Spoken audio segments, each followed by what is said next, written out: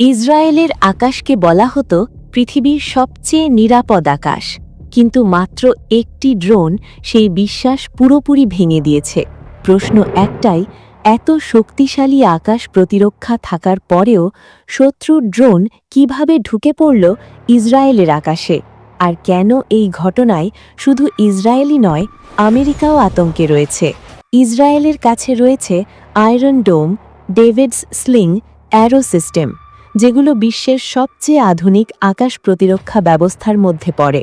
তারপরও সাম্প্রতিক সময়ে একটি অজ্ঞাত ড্রোন ইসরায়েলি আকাশ সীমায় প্রবেশ করে। এই ড্রোনটা সাধারণ কোনো ড্রোন ছিল না।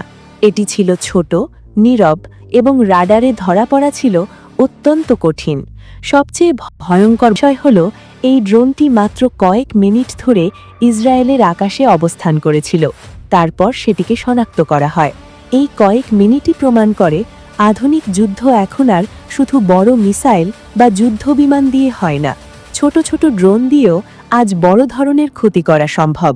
এখন শ্রোতাদের মনে প্রশ্ন আসতেই পারে, এই ঘটনায় আমেরিকা কেন এত চিন্তিত?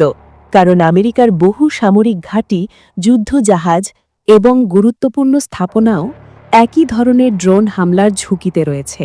যদি ইসরায়েলের মতো অত্যাধুনিক নিরাপত্তা থাকা দেশেও এই ধরনের অনুপ্রবেশ সম্ভব হয়, তাহলে বিশ্বের অন্য দেশগুলোর নিরাপত্তা আসলে কতটা শক্ত?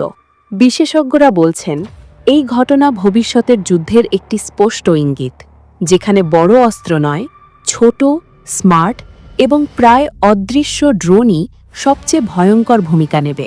আর এই কারণেই বিশ্ব এখন ধীরে ধীরে এক নতুন ধরনের যুদ্ধের দিকে এগিয়ে যাচ্ছে। তাহলে প্রশ্ন থেকেই যায়, এই ড্রোন কি শুধু একটি পরীক্ষা ছিল, নাকি এটা আসন্ন বড় কিছুর ইঙ্গিত? আপনার কি মনে হয়, এটাই কি ভবিষ্যৎ যুদ্ধের শুরু? আপনার মতামত কমেন্টে জানাতে ভুলবেন না। আর এমন বাস্তব, সহজ আর গভীর বিশ্লেষণের জন্য টিএমএক্স প্লেনের সাথে থাকার জন্য আমাদের চ্যানেলটি সাবস্ক্রাইব করুন। দেখা হবে পরবর্তী ভিডিওতে। সেই পর্যন্ত ভালো থাকুন, সুস্থ থাকুন। আল্লাহ হাফেজ।